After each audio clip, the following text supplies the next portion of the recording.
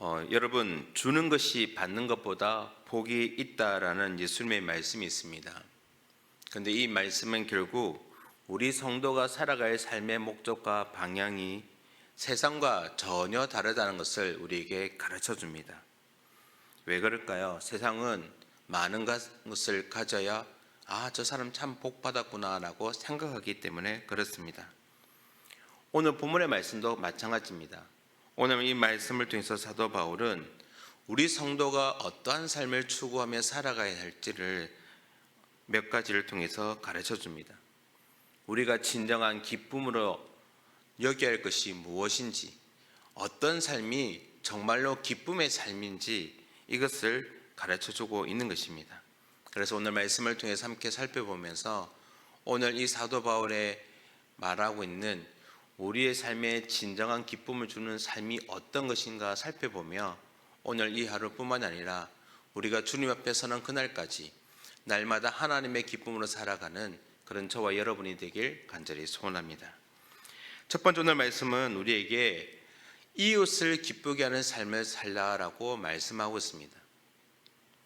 여러분, 언제부턴가 우리에게는 갑질이란 말이 우리 사회의 한 이슈로 자리를 잡았습니다. 생각해보면 과거에 비해서 많이 우리가 평등해졌다고 생각하지만 여전히 지금도 어떻습니까? 강한 사람이 약한 사람 위에 군림하여 또한 그렇게 지배하고 다스리는 현상은 그렇게 많이 사라지지는 않았습니다. 이런 사회를 살아가는 우리에게 오늘 이 사도 바울의 이 말은 우리에게도 약간은 충격적입니다. 왜냐하면 오늘 이 말씀에서 성도들에게 믿음이 강한 자일수록 바로 약한 자들의 그 약점을 담당하고 자기를 기쁘게 하는 삶을 살지 말 것을 오늘 우리에게 교훈하기 때문에 그렇습니다. 자, 오늘 본문 1절과 2절을 보십시오. 이렇게 말씀합니다. 믿음이 강한 우리는 마땅히 믿음이 약한 자의 약점을 담당하고 자기를 기쁘게 하지 아니할 것이라. 우리 각 사람이 이웃을 기쁘게 하되 선을 이루고 덕을 세우도록 할지니라. 아멘.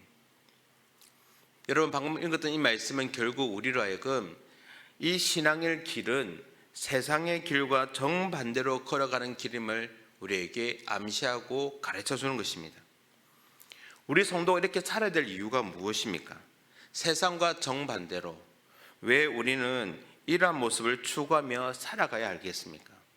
이유는 결국 하나님의 나라에 속한 하나님의 백성이기 때문에 그렇다는 것입니다. 여러분, 대한민국 사람은 어느 나라의 법을 따라야 되겠습니까? 바로 대한민국에서 정한 법을 따르고 그 어떤 나름대로의 우리 사회 안에서 있는 그런 약속들을 지켜야 할 것입니다. 마찬가지입니다. 우리가 이 땅에 살아가지만 요한복음 말씀처럼 우리는 이 땅에 속한 자가 아니라 하나님의 나라에 속한 자이기 때문에 하나님의 그 나라의 법과 원칙을 따라 살아가는 것은 그 나라의 백성이라면 당연한 것이라는 것입니다.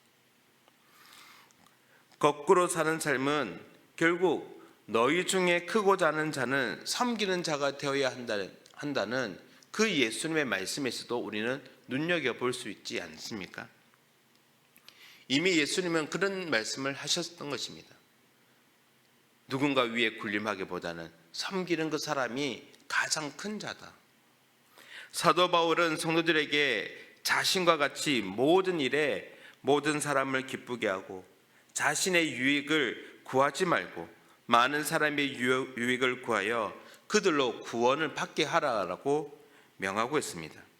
고린도전서 10장 33절은 이렇게 말씀합니다. 나와 같이 모든 일에 모든 사람을 기쁘게 하여 자신의 유익을 구하지 아니하고 많은 사람의 유익을 구하여 그들로 구원을 받게 하라.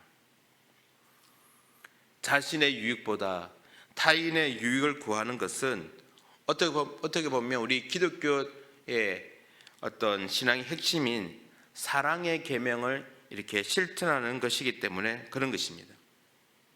결국 이웃을 기쁘게 하는 삶은 단순히 이웃만 기쁘게 하는 것이 아니라 그러한 삶을 통하여 하나님을 기쁘시게 하며 더 나아가서 하나님을 향한 사랑의 표현인 것입니다.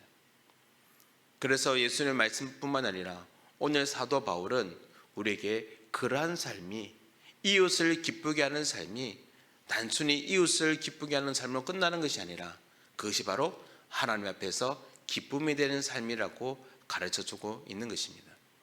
오늘 말씀을 통해 저와 여러분 모두도 우리가 하나님 앞에 서는 그날까지 우리의 이웃을 기쁘게 하며 그들에게 선을 행하는 삶으로 나아가는 그런 삶을 살아가시는 저와 여러분이 되길 간절히 소원합니다.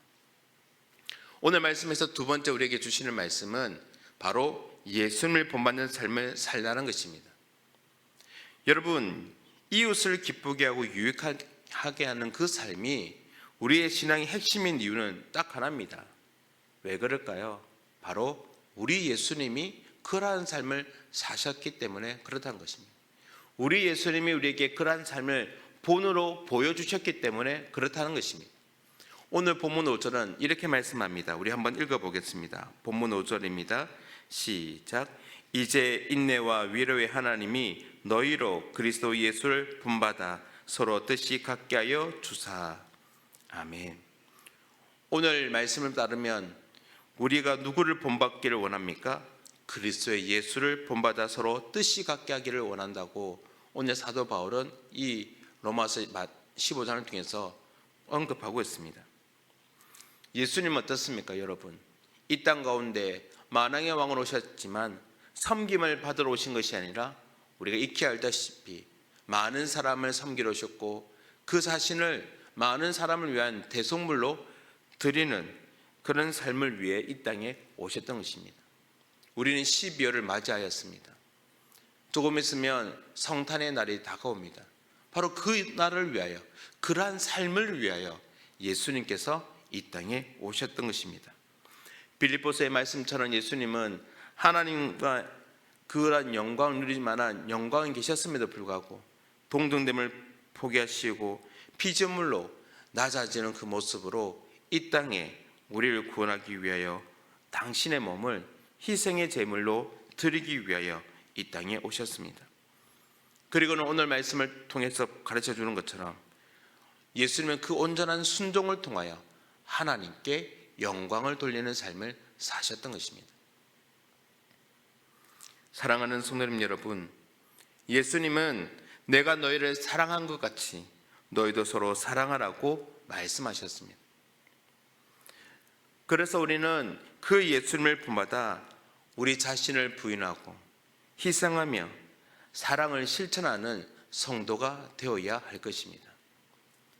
오늘도 우리가 살아가는 삶 속에서 예수님이라면 어떤 삶을 사셨을까 항상 고민하면서, 그래서 예수님을 본받아 나가는 그런 예수님을 닮아가는 삶을 살아가는 그런 저와 여러분의 삶이 될 수 있기를 간절히 소원합니다.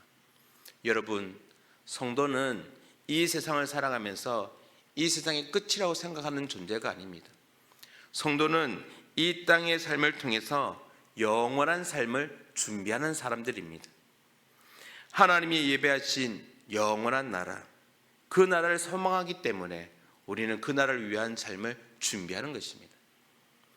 하나님의 사랑의 법을 따라 이웃의 기쁨과 더 나아가 예수님을 본받는 삶을 통하여 우리는 영생의 삶을 준비하는 성도가 될 수가 있는 것입니다. 오늘 이 하루를 그러한 모습으로 우리에게 주신 영생의 삶을 위한 준비의 시간으로 삼고 이웃을 기쁘게 하고 또한 예수님을 본받는 삶을 살아가시는 그런 저와 여러분의 삶이 될 수 있기를 간절히 소원합니다. 아멘.